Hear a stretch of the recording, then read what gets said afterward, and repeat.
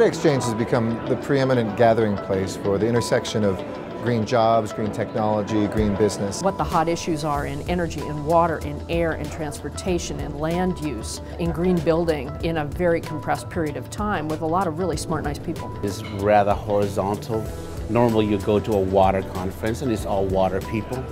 Here you're going here and you're actually seeing people from manufacturing, right? I'm seeing people from transportation, so very vertical. You can meet people you don't normally run into and learn things you might not have even thought about before. The barriers are broken and you talk to each other. It makes you address problems differently. There aren't a whole lot that are thinking holistically about how we change systems. A lot of opportunities to do that, and VerdeXchange is one of the better. The VerdeXchange connection or overlapping or combination with urban land it's great.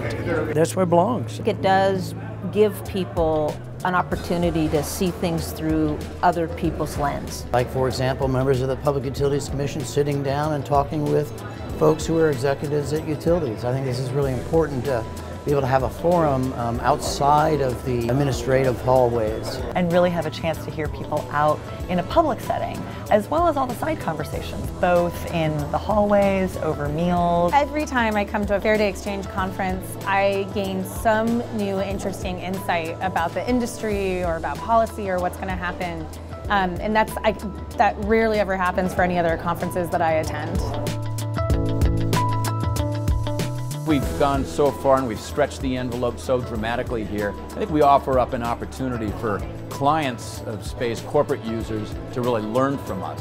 What I have been working on in the last few years is a technology that is meant for automation of construction, and it is based on 3D printing. The hallmark of VerdeXchange is it's a global perspective. VerdeXchange on an annual basis brings together some of the best minds, some of the best thinkers, the influencers in this space. Brazil's here, Japan's here, China's here, Canada. It's great opportunities to really build those regional relationships because the federal government's just nuts. Between the innovation ecosystem in Canada and the innovation ecosystem in California, I think there's a huge amount of opportunity. I think VerdeXchange is playing a key role in helping to bridge those gaps between Brazil and Southern California in particular. You meet people from the transportation sector, and so we, as a car maker dealing with individual mobility, that's of great value for us. Saw a great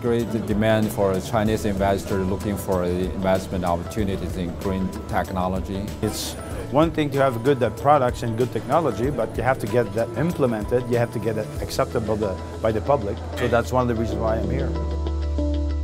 Cleaning up the air and addressing global climate is good for the economy, and this is a chance to actually meet the people who are proving that that's true. What we're here to talk about is the nexus. What's the next step? How do we begin to create an economic incentive? How do we create jobs? We now have 142,000 plus jobs in the U.S. solar industry.